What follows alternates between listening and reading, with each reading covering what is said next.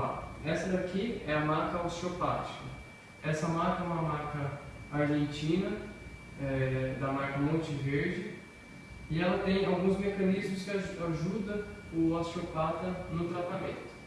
Um dos mecanismos que ajuda muito o osteopata é o mecanismo de drop, que nós temos aqui 4 drops.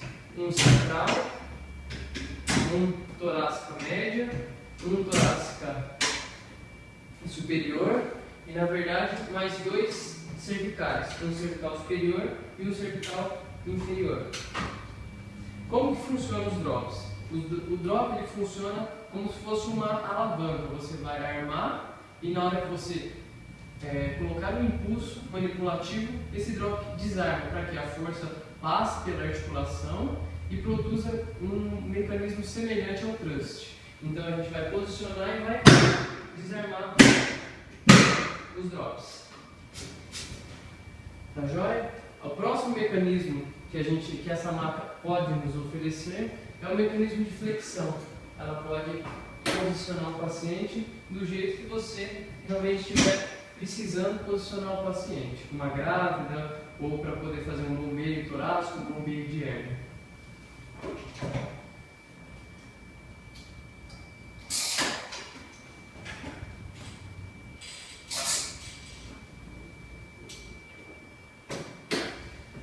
Da mesma maneira, a gente pode estar colocando o movimento de lateroflexão, um lado ou para o outro lado da maca.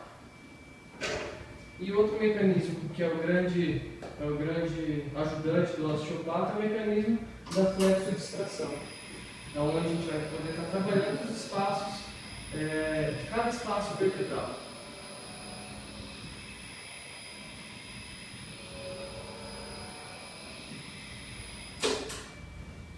Muito obrigado.